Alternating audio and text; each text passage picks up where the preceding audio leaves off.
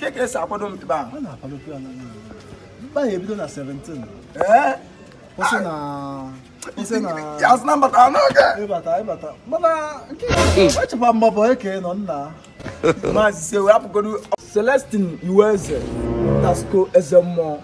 Okwa ya maka bu Mba yo tom. Wọ́n mọ̀lẹ́ ọ̀pọ̀ àbọ̀ ẹ̀dọ̀ mọ̀. Kẹ́mẹ́kàzẹ̀ high chief Akudike Mabueze. Jim Martins Chie Agubozo. One na Dioka. Oni ya. Chief Onyebuchi Adendo. Ìmọ̀kú mọ̀ ẹni èkún. Mmiri na yubu. Kọ́lá ìjẹ́ wẹ̀ ní Dioka kẹ̀kẹ́ta.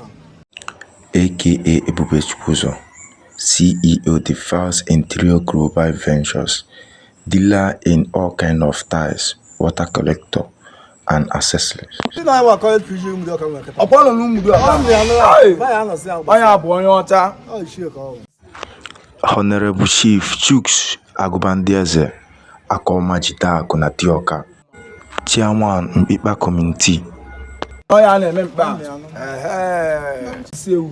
Ọkwa Chief Francis Obin, Chairman Ordinary, Akwakịa Nwa na Dioka.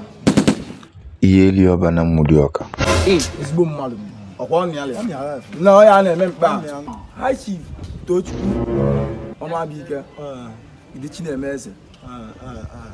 Ọ batakwa alị. Ezigbo mmadụ na Dioka. Ọkwa na ụdị mmadụ adịghị bụ anụ Dioka. Ụdị mmadụ ma ama na-eje spapọ yi o.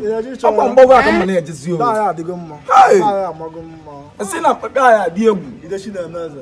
Nnukwu mmadụ akụtọ ọ gara. Maazị Sewu. Chief Chikodojie. Obuto ya ken. Imia. Ọ na anụ. Oge Akolu and the Oji maka ya pụta na ọ ya enweta ya. Ekwu na mkpepe ya dị egwu. Onye ka iji nwayọ sie ya ike.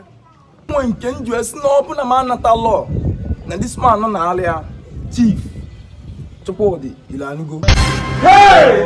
Ọ nọ n'eyi na Dioka ka ị na-ekwu maka. Fensi ka m na-agwa ya. Ọ na anị. Onye ya. Anya m na mkpepe ya na ebido gị ebi. Onye ebuchi Okeke. Onye ego n'ugbo ka ị na-ekwu maka ya. Ọ na anị ekponu. Onye ego n'ugbo. Onye anụkwu ya na mkpepe. Ọ na ya. Ọ na-asị na mkpepe nke enwe a bụ Nke a ya adị egwu. Nke a kpọ ọgbọ pịa ọgbọ ya.